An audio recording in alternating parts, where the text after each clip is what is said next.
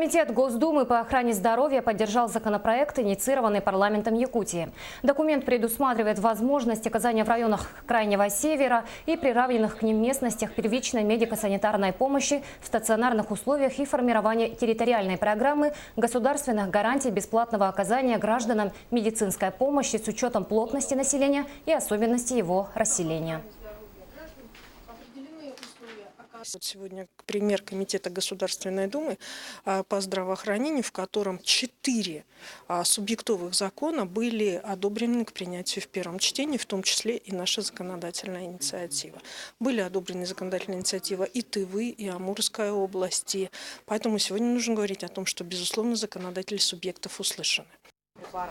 Инициаторы законопроекта уверены, что в районах Крайнего Севера и приравненных к ним местностях только малокомплектная участковая больница с круглосуточным стационаром на несколько коек обеспечивает конституционное право граждан на бесплатное получение медпомощи.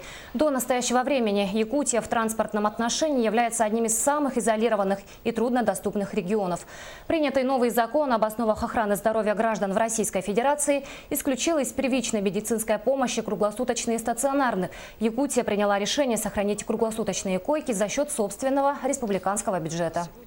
Первая поправка касается статьи 33, в которой мы устанавливаем, что первичная медико-санитарная помощь может оказываться и на условиях круглосуточного стационара.